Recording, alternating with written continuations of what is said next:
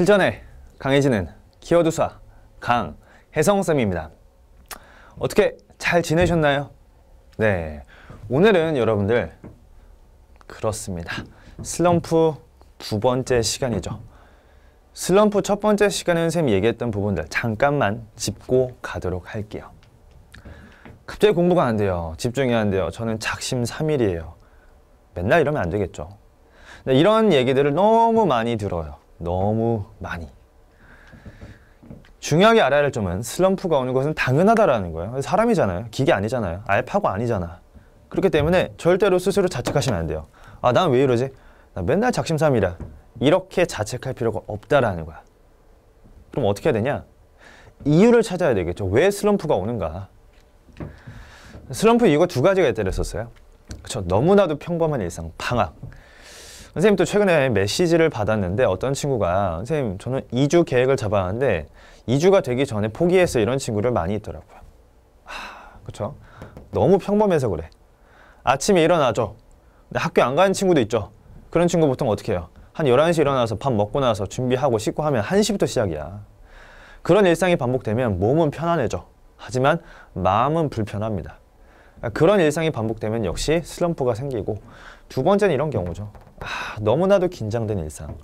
특히 고3 친구들, 시험을 앞두고 또는 자사고나 외고 다니는 친구들, 학생들이 너무 잘해.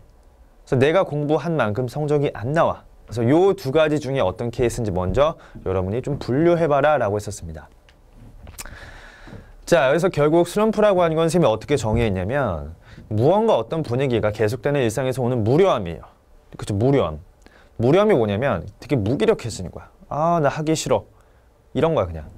그러니까 완전히 하기 싫다기보다는 그냥 지치는 거야. 시작하려고 할 때마다. 그럼 이걸 어떻게 깨야 되느냐? 그걸 좀 오늘 알려드리려고 합니다. 자, 첫 번째 슬럼프 이유부터 선생님이 좀 정리를 해드릴게요. 제일 중요한 것은 평범한 일상에 긴장감을 주셔야 돼요. 우리가 친구들끼리 그런 말 하죠. 쪼이는 맛이 있다. 게임 같은 거 할 때 어때? 긴장감을 막 몰입되다가 갑자기 지거나 갑자기 이기면 어떻게 해요? 그때 갑자기 확 올라오죠. 기분이. 확 다운되죠. 그러니까 그런 식으로 기분이라고 하는 건 올라갔다 내려갔다 올라갔다 내려갔다 이런 게 있어야 돼. 그래서 어떻게 보면은 자유학기제를 지금 시행하고 있는 중학교 1학년 친구들 굉장히 무료할 거야. 왜? 긴장감이 없거든.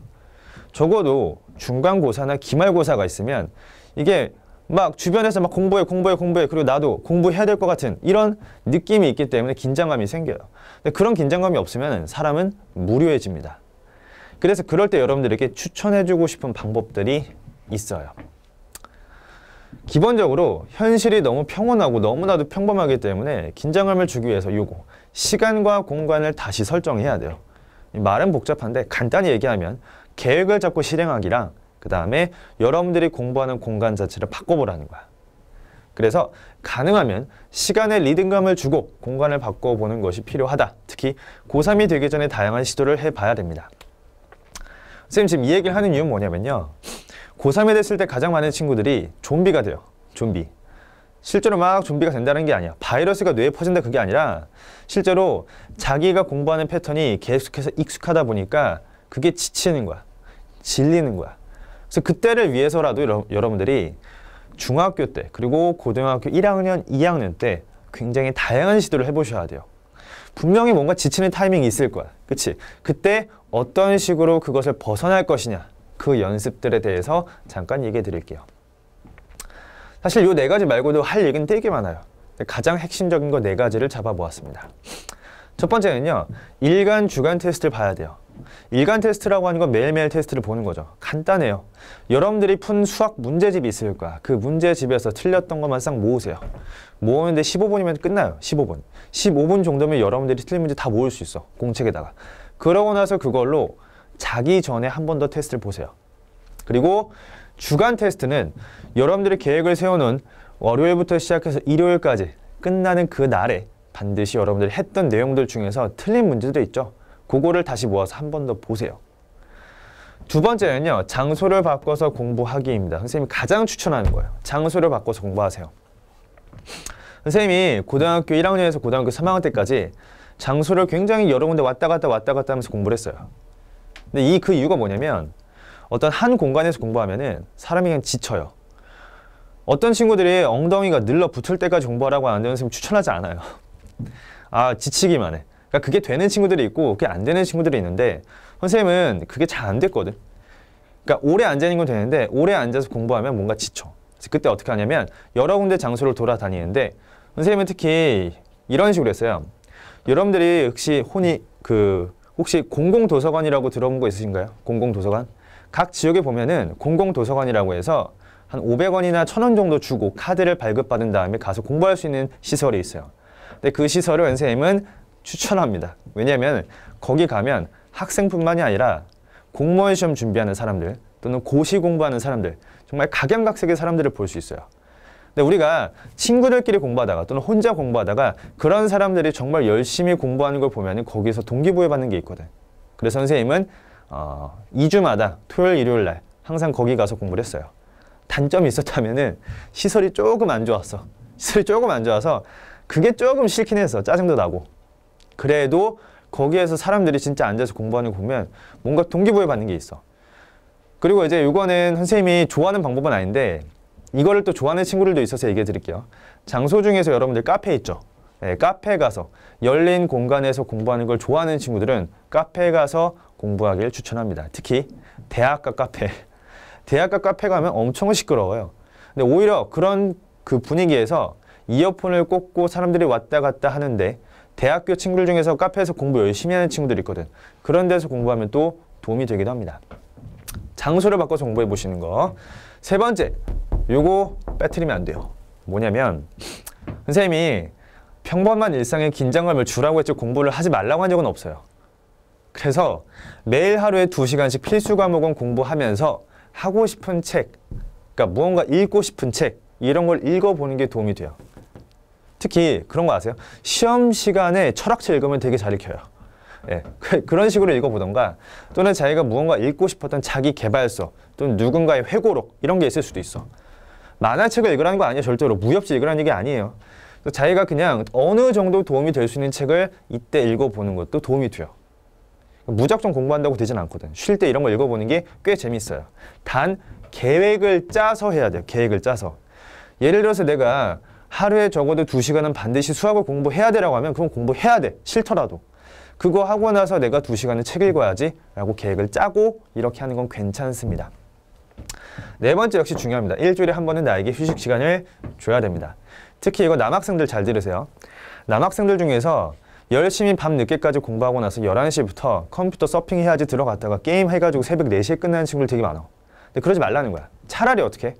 월요일부터 금요일까지는 공부를 열심히 하고 일주일에 한 번은 어머니한테 얘기를 하는 거예요. 엄마, 나 일주일 동안 열심히 공부할 테니까 일요일 날 5시간 나한테 확보를 해줘. 그때만큼은 내가 쓸 거야. 게임할 거야. 그게 훨씬 더 여러분에게 도움이 돼요. 왜? 월요일부터 금요일까지 스트레스 받거든. 아주 긴장감 때문에 스트레스 받아. 하지만 그렇게 해서 쫙 여러분들이 무언가 열심히 몰입했다가 어떤 하루에 쫙 풀잖아요. 그럼 다시 이걸로 통해서 여러분들이 재충전의 시간을 갖게 돼요. 그게 되게 중요합니다. 나도 그랬거든. 나도. 선생님이 게임을 되게 좋아했어요. 근데 이제 이게 게임을 좋아하더라도 정말 계획을 잡고 하느냐 아니면 그냥 막 하느냐 이게 굉장히 큰 차이를 만들어냅니다. 자, 이런 친구들은 사실은 할만해요. 근데 이제 문제는 이 친구들이야. 너무나도 긴장된 일상. 이 친구들은요, 사실은 약간의 심리치료도 필요해요. 근데 그런 부분들에 대해서 선생님이 좀 팁이 될 수 있는 걸 좀 알려드릴게요. 일단은 현실과 예상의 목표치를 좀 재수정해야 돼요. 특히 이런 친구들 중에서 어떤 친구들이 많냐면 목표치가 굉장히 높은데 현실은 낮은 친구들이 되게 많아요. 그래서 긴장된 상황이 왔을 때 가장 큰 문제는 자신의 목표치가 현실과 맞지 않을 때예요. 그래서 현실적인 목표치를 잡는 것이 가장 중요해요. 이게 가장 중요해요. 그러니까 자기의 어떤 목표에 맞게 차근차근 단계를 설정해야 돼. 그래서 이때 중요한 게 과거를 잊어버려야 돼요. 선생님이 특히 어머니들 상담하다 보면 가장 많이 듣는 게 우리 아이가 초등학교 때는 잘했는데 우리 아이가 중학교 때는 잘했는데 고등학교 올라가서 좀 힘들어지더니 잘 안 해요. 그런 표현을 쓰지 않는 게 좋아요. 왜? 과거를 잊어버려야지 지금 내 목표치를 다시 설정할 수 있어. 그래서 과거에 얼마나 잘했는지 공부가 얼마나 잘 되는 시기가 있었는지 이런 건 다 잊으세요. 지금 뭘 생각해야 돼? 현재 지금 내 상황에서 내가 지금 설정할 수 있는 목표치와 나의 현실이 어느 정도 차이가 있는지 그거를 객관적으로 따져봐야 돼요. 그래서 이렇게 정리해 볼게요. 첫 번째, 자신의 현재 성적을 적어보세요. 중학교 때 성적 또는 초등학교 때 성적 중요하지 않아요. 자신의 현실적인 성적을 쓰세요. 종이에다가. 그러고 나서 자신이 원하는 목표를 적어보세요. 3등급인 친구가 나 연고대 가야지 이럴 수 있어요. 괜찮아요. 중요한 거는 자신의 목표치랑 자신의 현실을 아주 객관적으로 보는 거야. 그러고 나서 원하는 목표를 달성하기까지 걸리는 시간을 적어보세요. 생각해보세요. 3등급인 친구 또는 전교 200등인 친구가 중간고사 한 번 준비해서 전교 1등이 못 올라가요. 근데 그 친구가 2년 정도 계획을 잡아서 내가 전교 1등을 해야 되겠다라고 충분히 시간을 잡아볼 수 있어요. 그래서 그 시간을 잡고 자신이 동원할 수 있는 자원을 적어보세요. 이게 별거 아닌 것 같죠? 되게 중요해요. 예를 들어 이런 거야. 선생님 같은 경우는 수능을 공부를 할 때 선생님이 약한 부분이 있어. 딱 두 부분이 있었는데 그 두 부분을 정리하기 위해서 책을 다 샀어요. 나와 있는 시중에 있는 책을 다 샀어. 근데 문제는 뭐냐면 그 유형이 너무나도 특별한 유형이어서 책마다 한 두세 개밖에 없어. 그럼 두세 개 풀고 나서 어떻게 해요? 책 다 버려요. 근데 그래도 도움이 될 수 있으면 사라는 거예요. 사람도 마찬가지예요. 여러분들에게 도움을 줄 수 있는 사람들이 되게 많아요. 친구가 될 수도 있고 엄마 아빠가 될 수도 있어요. 그 사람들과 여러분들이 약속을 지키면서 계획을 잡을 수 있으면 그것도 역시 여러분들이 동원할 수 있는 자원이 되겠죠. 그리고 5번째, 일주일 동안 내가 할 수 있는 작은 단계들을 만들어 보셔야 됩니다.